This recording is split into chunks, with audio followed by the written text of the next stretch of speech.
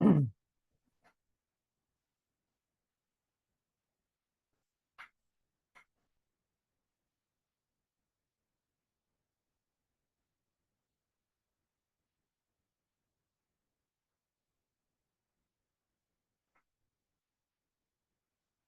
good afternoon, class. I think there are two classes here. Yung klase ko, Ryan Dialogo, and the class of Ma'am Aleli de la Cruz. Yan. Okay, so first, please rename your names to your section and your last name, then first name. Yan. Para madali tayo mag-attendance mamaya because there are two classes in this meeting room. Okay.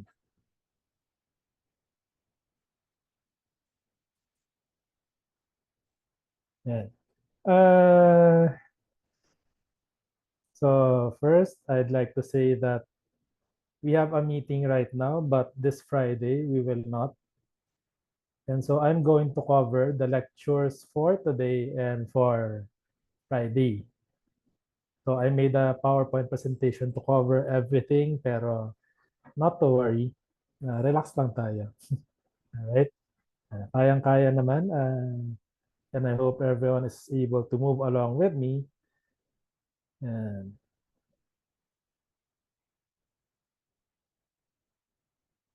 so sandali lang, sagutin na ako.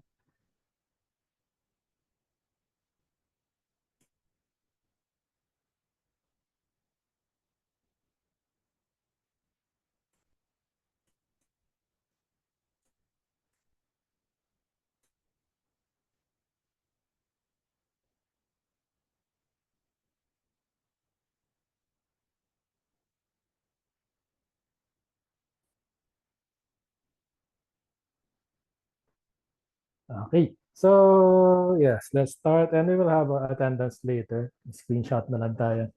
Yan. Nakakatawa naman klase na ito. Ang dami naka-camera on. Sigurado kung hindi kayo nagkakape or kumakain or na kung ano-anong ginagawa. So, let's start. Okay?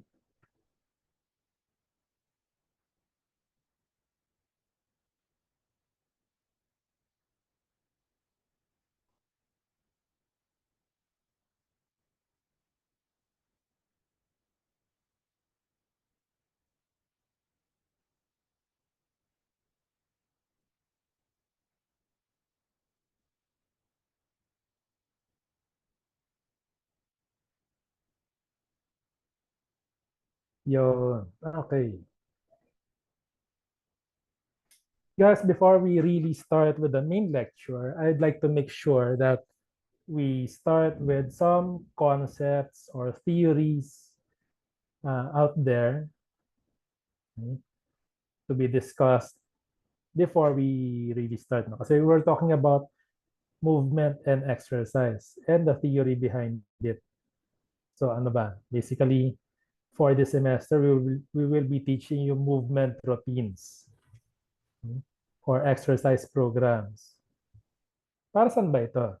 Basically, engaging in regular exercise will reduce your risk for injuries and increase all levels, no? Cardiorespiratory endurance, flexibility, muscular strength, etc. Now, there's a warning before you go into exercise.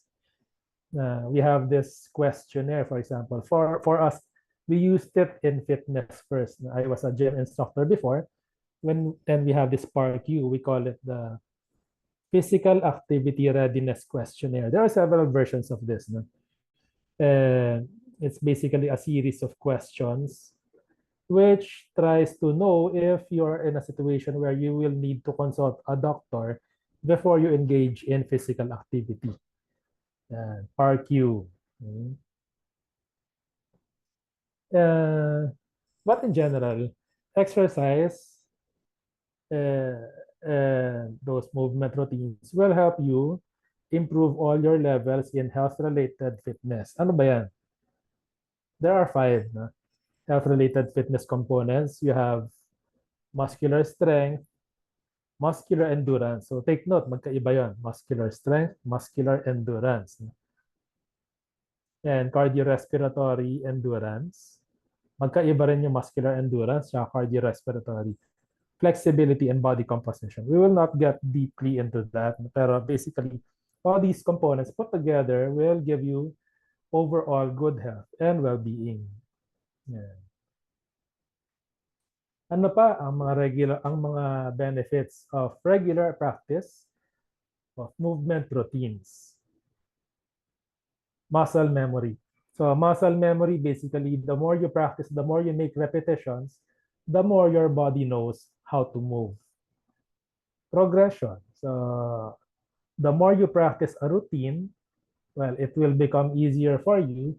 Then you will elevate. You're going to intensify your routine. Make it harder for you because the earlier routines may be easy for you already. You have already undergone adaptation. You put your body out for exercise, your body will adapt and make changes to improve or to adjust. Yeah, so there are some topics floating around that you might need in the course of the study. So we have what's called proprioception. What's that? It is the sense that lets us perceive the location of movements of our body and parts. For example, even if I'm closing my eyes, I know where my hands are. I have that sense of where my hands are and how they are moving. So how is my hand moving? Well, what direction? It is moving along the frontal plane. Ay, advanced yan. Mamaya na yung mga planes. Alright? Yeah. So, muscle memory. Again, the more you repeat the exercise or the program, the more your body knows how to move. They recall the movements automatically. And how important is muscle memory in your life? Na? For example, you might not know it, but you are relying a lot on muscle memory. Simply walking, going a flight of stairs, eating with a spoon and a fork, these types of movement, no? Brushing your teeth, these types of movement, you sometimes already do without really thinking, or it's automatic for you. But the first time you did it, you had to practice it. Okay, so we have these other ano ba, basics that you should know. Ano yung tendons? No? Last month, kumain ako sa goto tendon. Sarap. Okay. Tendons. Basically, they are fibrous connective tissue. They connect muscle to bone. Now, speaking of muscles, we have this term, characteristic of the muscle, elasticity. It's the ability of the muscle to return to its original length after being stretched. Bakit important yan sa lesson natin? Because we will be talking about exercise and muscles later on. And this characteristic is what allows muscles to stretch, extend, move back. More about muscles and its functions related to human movement. Muscles produce movement. How? They are attached to the bone. And when you push and pull a bone, you can create movement. The muscles do that. Aside from producing movement, it can also be static. You maintain your posture and body position. For example, I am sitting down. I will not move. Am I using my muscles? So yes, maintaining your posture. Actually, I want to share something here. I had COVID and I almost died. And part of my recovery is to hold a sitting position for 10 seconds before I go back to a lying position, because holding the position for 10 seconds will greatly stress my body, because back then I was so weak, I was trying to recover. And holding the body position for 10 seconds of sitting up will drop my oxygen level from 94 to around 80. And I will have to recover for 2 hours of deep breathing just to get back to that level. So right now, you might be thinking you're sitting up, you're not thinking about it, but your muscles are moving and they're strong enough to maintain your body posture. Okay. Assist in joint stability. So basically, you're holding your posture and at the same time, joint stability when you are moving. For example, I am going to throw something. To be able to throw, my body has to be stable enough to hold my arm, which is doing the movement. So I'm throwing, my arm is moving, but my body is being stiff and rigid so that it can support the moving arm so that it can throw properly. Joint stability. Sorry, so we're looking at joint stability, not just stability per se. No? So joint stability, if you're moving this way, there are some muscles that we call stabilizers. No? They're holding the arm moving in the certain line that you want to.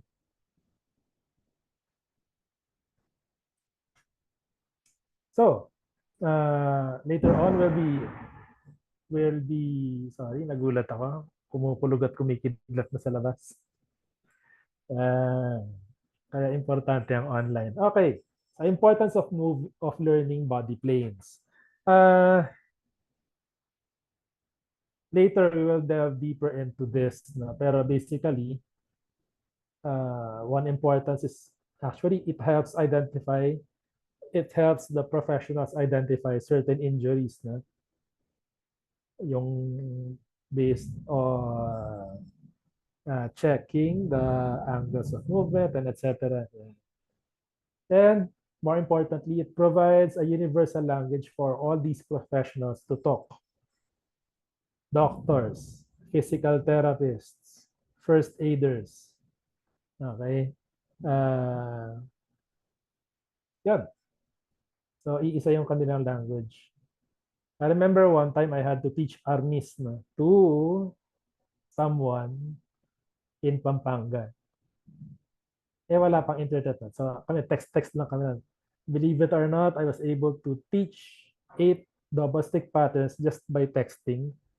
Crudely, okay, pumalo ka ng diagonal with your right hand from high up, going diagonal downward, etc. Tinetext ko lang. Pero,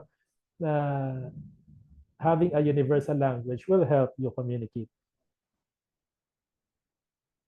So, movement routines. We will be studying movement routines within the SEM. How is it important to your well-being? Basically, well, as mentioned a while ago, it affects your health-related fitness components in general, and you have probably read about this already. It alleviates stress, no? Exercise, the routines. And bottom line, it will also help self-perception and confidence. No? Gumanda yung inyong body composition. Ano yung sabihin ng body composition? Muscle mass, fat ratio. Ayan. So, in other words, lumaki yung muscle niya, pumayat kayo. Ayan, di ba? So, malapit na. Nasa warm-up and stretching tayo. Before you engage in exercise, this is important. Warm-up and stretching. This is to prepare you for your exercise sessions. So, for you to be able to move better and to avoid injury. Magkaiba yun. So, warm-up is different from stretching. Warm-up is to elevate your heart rate, improve your circulation, and studies also show it prepares better your synovial fluids. Ano yung synovial fluids? Basically, they are the lubricants between your joints. You warm them up, they are better for stretching and movement.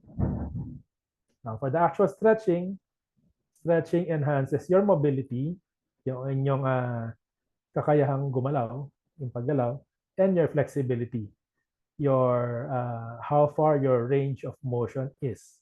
Okay? Mobility and flexibility. Now, stretching pa rin. There are 3 types: dynamic, static, and ballistic. Normally, dynamic stretching is what's recommended prior to a workout. It will help you perform better. These are moving stretches. that hit the muscles. No? We have static stretches or what we call the stretch and hold. These are better post-workout to relax the muscles. Okay? So bakit nga ba? Static or dynamic? Now, studies show mas maraming improved performance sa dynamic plus yung static kasi, well, while it might help you relax, uh, if you're going to engage in a very intense sport and then you are relaxed because of the stretching, baka mag-cause na injury. So because you are relaxed, your stabilizers might not be able to protect your joints with sudden movements, sudden intense movements. No? So it's better for you to prepare using dynamic stretching, sometimes called muscle preparation. Okay? So we have dynamic and static. Now what is ballistic? Think of it this way, yung mga panahon nila lolo, pagka stretching sila, yung mga nagba-bounce na ganyan, repetitive and bouncing and jerky, that is ballistic. It is different from just dynamic or moving. Ballistic stretching, you have force or momentum involved, sometimes bouncing, which is not really good. Bottom line, yeah, we won't go into that, pero it causes more harm than good, especially in the not so young. Ayan. So guys, believe it or not, it's a roundabout way. I did a 15-minute introductions before we move into our actual material. Ito yung makikita nyong slides na nasa inyong canvas. So guys, a little warning first, especially for my classes. The original thing that's still uploaded there, I haven't taken it down yet. Slides 9 and 10, the diagram in slide 9 is a bit confusing. So we're going to remove that diagram and replace it with the diagram from slide number 10. But yeah, so let's start here.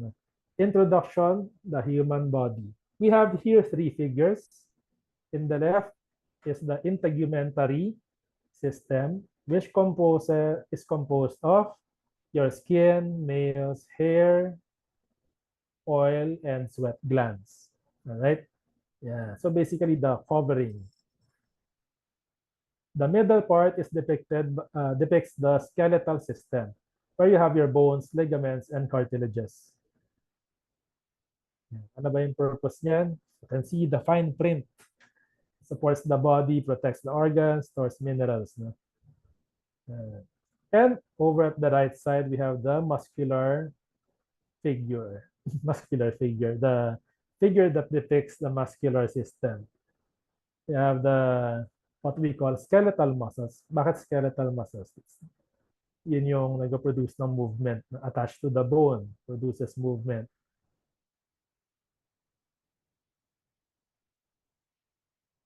Yan. We will go into the regions of the body. And again, these print are so fine. You can review it on your own. Pero for presentation purposes, masyado siyang maliit. But we have this list. No? Major regions, kung mapapansin niyo, naka-group magkasamang head and neck. And then we have the anterior trunk, anterior or the front part, posterior trunk or the back part. And then we have the lateral trunk or the side part, and inferior trunk or the bottom part. Yeah. Kahit hindi na tayo masyado sa specifics dito, pero let's make a rundown. Anyway, when I finished my lecture a while ago, I found I had a lot more time. So, okay. Head and neck. You have the buccal. Okay. Medyo na-offend ako. Ano, buccal daw, buccal. Pero in this case, buccal. It's the cheek area. Yeah. Now, cephalic. Cephalic can be the head or cranial. Synonymous daw yon. And we will hear the term cephalic again later. So it's important. No? We have the cervical. It's important as well. Why? To determine movement, cephalic o yung head. Saan nakakabit? Sa neck. Ayan.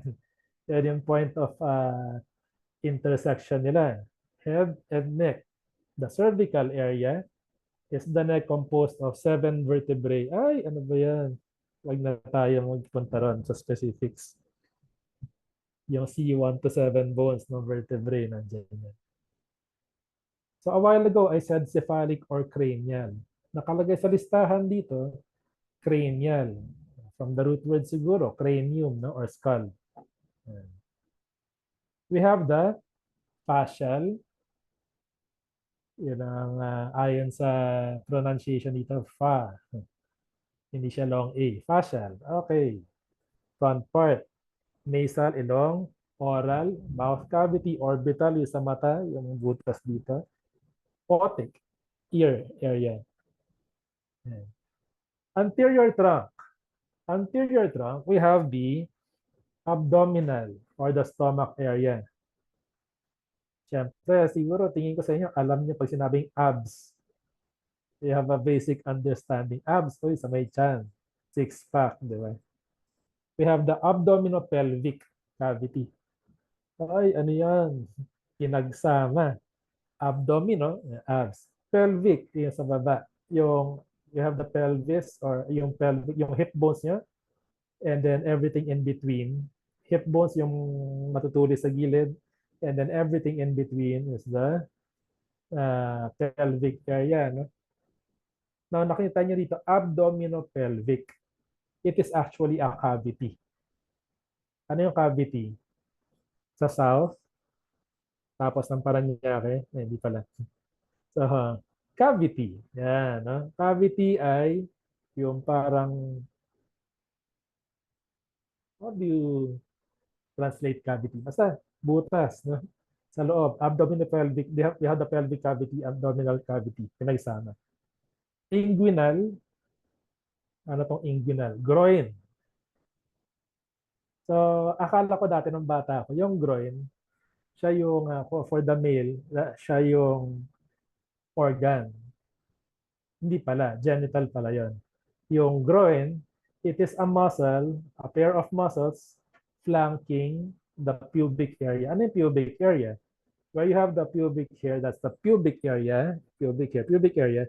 And then to the sides of the pubic area, that is where your groin is. Yon. Oh, pectoral area, the chest. And we have the pelvic area or yan, below the abdomen, between the hip bones. Yan yan. Sternal. Sternal is, you have a bone here on your chest that's called the sternum. And sternal is in that area. And umbilical is the navel. Puson. Okay. Posterior trunk, pasalikod. Sorry, baka medyo masyado ng ano ba to?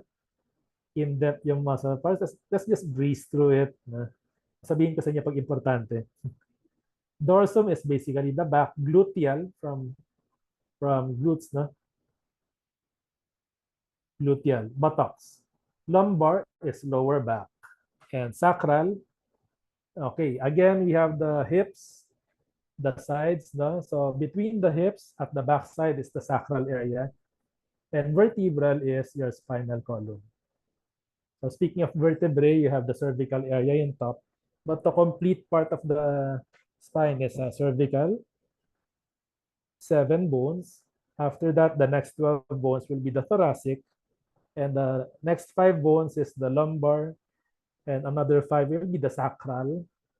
And the last 4 bones, which are fused together, is a set called coccygeal bones. Okay, now we move to the lateral trunk, lateral or from the side, you see axillary. Ano yung axillary? Basically, armpit area. Ano yung armpit area? Okay. You have the front, and you have your shoulder assembly at the back. In between, at the side, is your armpit area. It forms like a pyramid shape on your side. That's the axillary portion. And you have the coxal, your hips from the side. Okay? Last na to sa anatomy. Okay. Inferior trunk. Inferior trunk, sa baba ng inyong trunk area, you have the genital or reproductive organs and perineal. Ano yung perineal? It's between the genitals and the anus. Yan.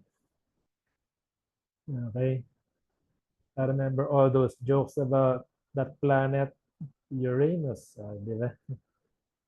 Okay. Hindi pa pala tapos ang ating anatomy. I'm sorry.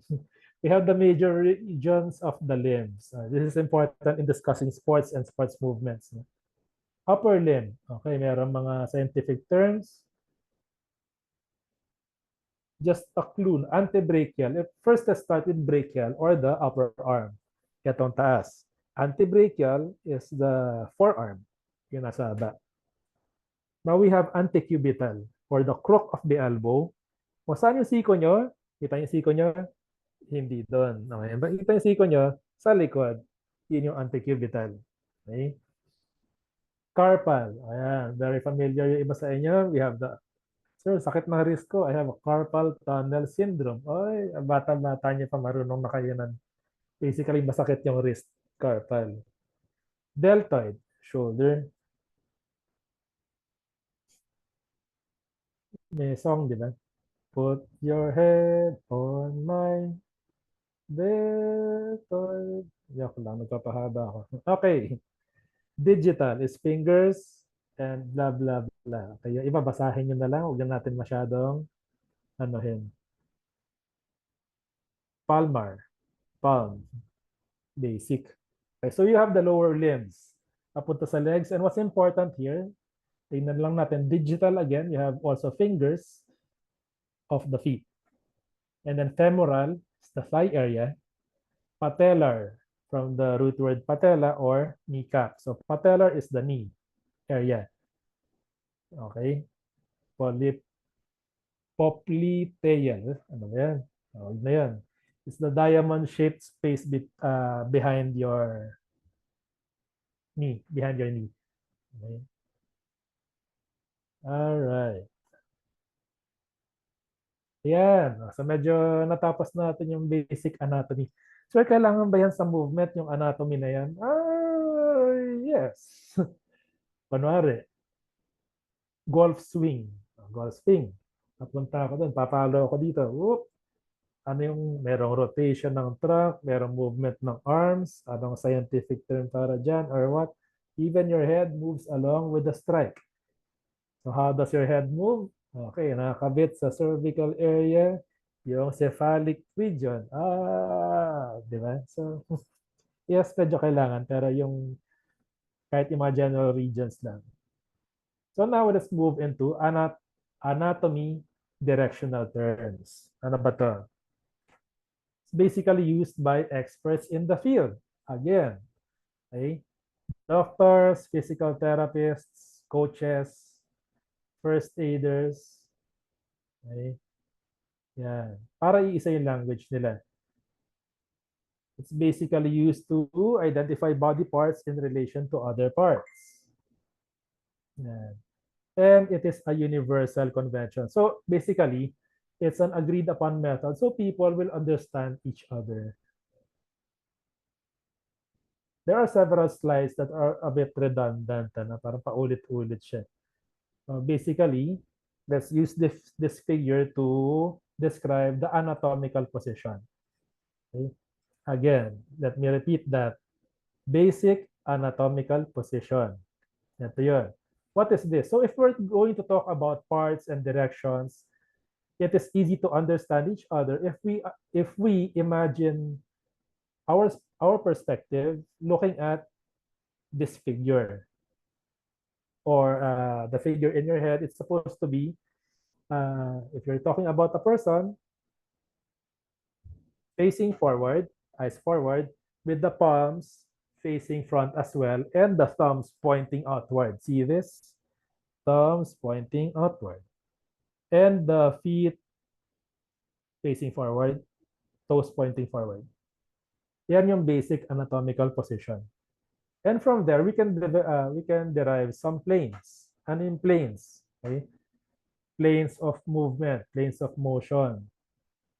Kunwari, hinati nyo ako pag ganon. Kunwari, samurai kayo, hinati nyo ako. Ito ay yung line na to, yung plane na ito ay sagittal plane. Pwede nyo kong hatiin dito. Sagittal plane pa rin yan. Ito, sagittal plane pa rin. Ito, sagittal plane pa rin. Ito, lahat pag ganon. Pero pag hinati nyo ako sa gitna, mid-sagittal plane. Yan. Now, meron akong kalaban sa gilid. Tinaga ako dito. Pag ganon. Itong slice na to and plane na to ay frontal plane. Pero sir, nanggaling sa gilid. Oh, pag hinati nyo ako dito, makikita nyo yung movement na yon galing sa frontal plane. Oh, ngayon, hinati niyo ako horizontally. This plane describing the horizontal, ano ba? The blade running through a horizontal plane cuts a person up transversely. So it's the transverse plane. Okay? Yan. Huwag na natin pansinin muna yung ibang mga ano, yung mga ibang mga nandito. Next slide. Before we continue with those three planes, babalikan natin mamaya yan. Let us first look at these two figures, the front view and the side view, and talk about body region. So the figure on the left, you have this center or midline, this dotted line. Pag meron kayong midline and you are describing something towards the midline, we call it medial. Medial. Okay? And if we're describing something that is away from the center line, we call it lateral or going to the side. Going to the center, medial. Going to the side, lateral. Now we have the midline. You divide the person to the body regions, left and right. Ano yung left and right? We're talking about this person. Her left hand is this. It's her left. Kahit na pag tinitignan natin, we're looking at the right side, pero from our viewpoint, it's the right side, but from her vantage point, it's her left side. Okay, so it's left and right. Okay. Next, we have another pair of terminologies, the proximal and distal. Yung clues doon ay proximal, parang approximate or closer to, and distal, distance, away. So yung proximal is closer to the origin or the center line or the point of attachment. So in this case, this is the center line. If you're talking about the leg, the point of attachment is here. If you're talking about the arm, the point of attachment is on the shoulder. So proximal is going towards the shoulder, and distal is going towards the fingertips. If we're talking about the legs, proximal is going towards the attachment or towards the hip area, and distal is going towards the feet area. I hope you understand the concept of proximal and distal. Again, going back to the etymology of the word, proximal, closer to, and distal, away from, distancing from, to. Okay? Yan. So let's move along. Wait. This is the front view. Now, if you have the side view, makita nyo rito, a person can be divided into anterior and posterior, or the front side or the back side, or towards the front and towards the back. Yan. Again, you have this term proximal and distal even from the side view. Again, let's go back to the definition, proximal and distal, moving towards the center line or the origin or point of attachment. Okay? All right. Here's a complete list of terms and their descriptions. Yes, you have to study them so that there are items in the quiz or test that are lifted from here. But basically, let's run through these terms, and some I will repeat. No? We have anterior, also sometimes called ventral, toward the front.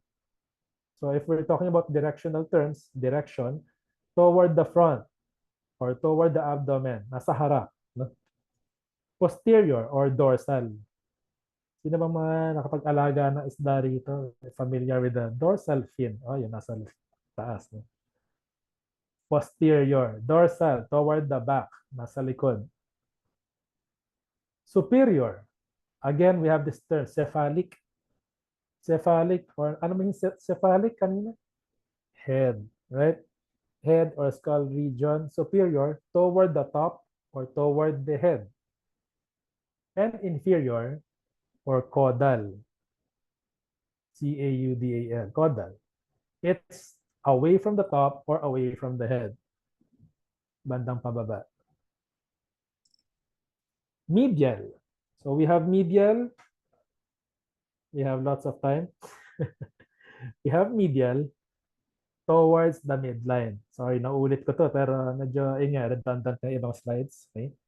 Better discuss them again than miss something. So medial and lateral, that's a pair, toward the midline or away from the midline.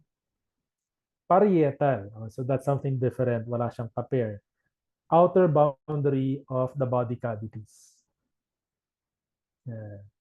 Visceral pertains to internal organs. Superficial, toward the body surface. So actually, if you're looking at it from inside, superficial toward the body surface.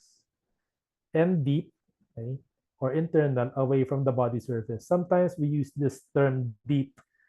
I've encountered it with ano yan, yung muscular, yung sports massage, muscle release, or deep fascia massage. You're penetrating deep into the muscle when you're doing the massage. Next pair. Again, we go back to proximal and distance. Sorry, proximal and distal. I completed I collated this description closer to beginning or attachment or midline. Ayan. Kasi iba sinasabi lang nila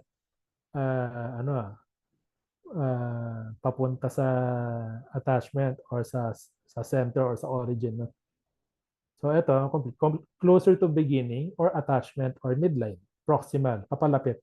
And distal, away from beginning or attachment or midline. Central, at or near the center, and peripheral is away from the center. Peripheral, periphery, going to the sides. No? Ulit na naman tong planes of motion, but basically, let's look at the planes of motion. A while ago, we mentioned the planes. Now, let's look at the movements. Sagittal or medial, forward and backward. So, for example, so sagittal, ito yung plane. Itong mga galaw na dito, sagittal. Coronal or frontal. The clue there is frontal. Coronal or frontal. If you're watching, looking at the basic anatomical position, the person is in front, facing you. And you're moving this, your arm side to side like this. For example, like the jumping jacks. No? You're moving your hands along the coronal plane. And transverse or horizontal. Usually some rotation. So for example, you're moving like this. This is moving along the transverse or horizontal plane. Mahirap magturo online ng movement. Ano? Anyway, kaya natin ito. Body planes and sections. We have the sagittal, or again, babalik tayo sagittal, sometimes called mid-sagittal plane. Pagka naka-center talaga, mid-sagittal plane. Yeah, you might encounter this in a question na, ano ba to, sagittal o mid-sagittal? They're more or less the same. Pero yung mid lang, nilagay talaga sa center, nag-cut. Transverse or horizontal planes, they divide. When we slash a body, you divide it into superior and inferior. Yung nasa taas, yung nasa baba. Okay? Now, mid-sagittal plane, when you cut me here, mid-sagittal plane, you divide me into my left side and right side. Okay, left and right. Now, frontal or coronal plane, when you cut me from here, you divide me into the front and back, or the anterior and posterior. Okay. Yeah, so let's move into examples. A dancer. A dancer spinning on the left side, ballerina ba to? Pag umikot siya, she is following the transverse plane. Again, this was mentioned before. Someone doing jumping jacks, the arms and legs are moving along the frontal plane. Now, this example, cycling. The movement of the feet, they're following the sagittal plane. All right? Yan. Okay, patapos na tayo. Let's go into specifics about this sagittal plane. We have what's called flexion and extension and hyperextension. So flexion, basically, when muscle shortens, shoulder flexion ito. And then muscle elongates, extension. Ito, shoulder extension. Then you have here hyperextension. Sumobra papunta sa likod. But it's all moving along the sagittal plane. Another example will be the movement of the feet. Here on the left, we have the dorsiflexion and plantar flexion. Plantar flexion, yung talampakan, papunta roon. But bakit dorsi? Ito, no? Actually, dorsiflexion involves either your hand or foot. Remember the basic anatomical position. The palm is facing forward. Now, if I do this, okay, moving this way, I hope you see it. This is called dorsiflexion as well. Now, applied to the foot, if this is your foot and this is the instep, yung pag ganon, as described in this movement, okay, that is dorsiflexion. Okay. Frontal plane. Remember the jumping jacks? Doing this, you're moving along your arm is moving along the frontal plane. We have other examples. Jumping jacks, you're moving your legs like this and this. Outward, we have abduction, and inward, we have adduction. Abduction moving away, and adduction bringing it back. Now, this example, this is your spine, and this is the rib area. Then imagine Mike Tyson doing his bobbing, moving side to side. Yeah, that is lateral flexion using your spine. Now these are your shoulder blades or shoulder assembly. You bring them up. O, kunwari, may nagtanong sa akin, Sir, sinagot ka naman ng nililigawan mo. E di nag-shrug ako pataas. That is elevation. Okay? Elevation yan. Okay? Now, pagkapababa yung shoulder, that is depression. So, ang question, sinagot ka na ba ng nililigawan mo? Elevation, umangat yung shoulder. Eh, hindi ka pa sinasagot. Bumaba yung shoulder. You will go into depression. Ay, ganun ba yun? Anyway, let's move to this example. The hand moving this way. These are radial and ulnar deviation. And movement is you're moving and the base is the wrist. You're moving your hands. No? That's radial or ulnar deviation, wrist deviation. And last example here is your foot moving this way and that way. Medyo mahirap ma-determine dito. It's called inversion, papunta sa loob, and eversion, papunta sa labas. Yan. Lastly, the transverse plane. Okay? Transverse plane. If you cut someone horizontally, you have your transverse plane, and then you have your rotations. Okay? Kita niyo, inikot yung legs. Pag ganyan, umikot yung paa ng ganun. Okay, so rotation is moving along the transverse plane. Similar with your hands from the basic anatomical position, turning like this, it's called supination and pronation. Supination is rotation to face forward or upward. So, kung pabalik sa anatomical position, yan, supination and pronation, rotation to face backward or downward. So, pagka yung basic anatomical position niya parang facing forward, and you turned it like this, and now your palm is facing backward, it is pronation. Ayan.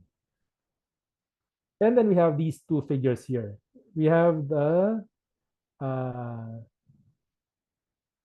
ano to?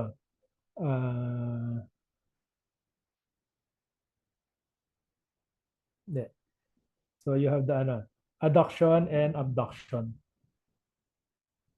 So abduction palayo and adduction papasok along the transverse plane. Okay? We have other examples here, but it's too fine to read sa presentation. Kayo na lang mag-check nito. And we have tables here at the end of the presentation. It's in your PowerPoint. Ito. They are summaries and they have the exact definition. So study them. I hope that my explanations will be able to help you visualize when you read these specific descriptions. Tada! Tapos na. Okay. So guys, that ends my presentation or the lesson for today. May mga kumakaway dyan. Your hand is moving on the what plane? Ano to? Coronal plane. Review lang to. Okay. So tapos na tayo guys.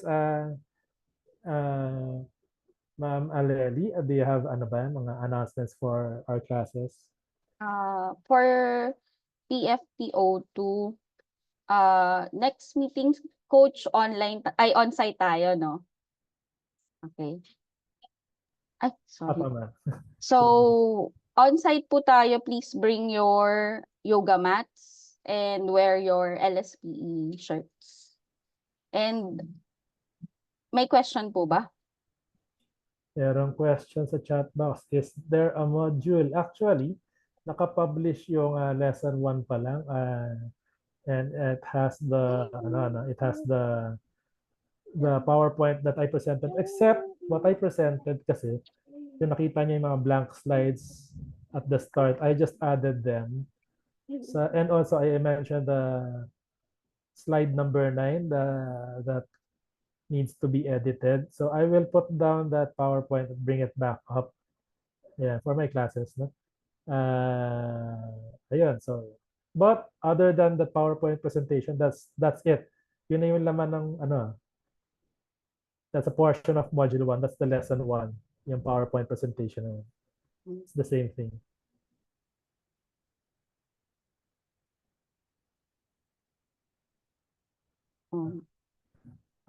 There's another announcement. Merong, sir, sorry na, nalobat. Okay.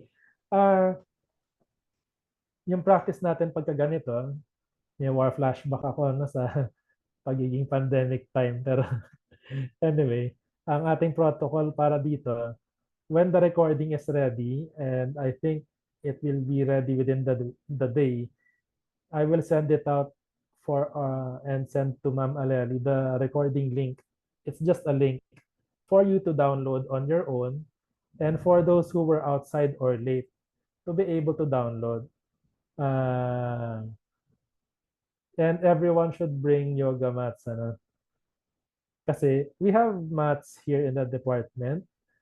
However, the activities will be joint classes. So normally, yung mats namin is just enough for one class. But because of the bulk of the freshmen, we are doing this joint teaching formats. No? Whether online or on-site. Now, for on-site, pag may sama-sama kayo, kukulangan yung mats natin. So, better to have your own. Same time, Di sariling pawis, sariling station. Di ba? Yung mats na yun, mats ng bayan yun. Whereas we disinfect them, alam niyo naman, ako medyo maarte rin ako. I'd want to use my own mats as well. Anyway. Yan. Questions pa, meron yata sa chat box. Yan, yung mats. Guys, sino kaya? Ma'am, naka-laptop ba kaya? Yes. Kaya na Coach. mag-screenshot Sige ng po. Screenshot po tayo for the attendance. attendance. Okay, ready. Smile. Ay, may dalawang slide po siya. Wait lang po. Okay, meron pa isa. Okay. Ay, wait. Oh, sorry. Okay, one more. Ready. Okay, thank you po.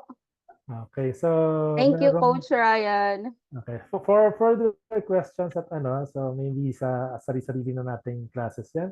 And there's a question in my class na about the Canvas, ano, give announcements on my own as well. Yan. Hi guys, thank you. Yes, thank you. Thank you. Bye-bye. Thank you, sir. Bye.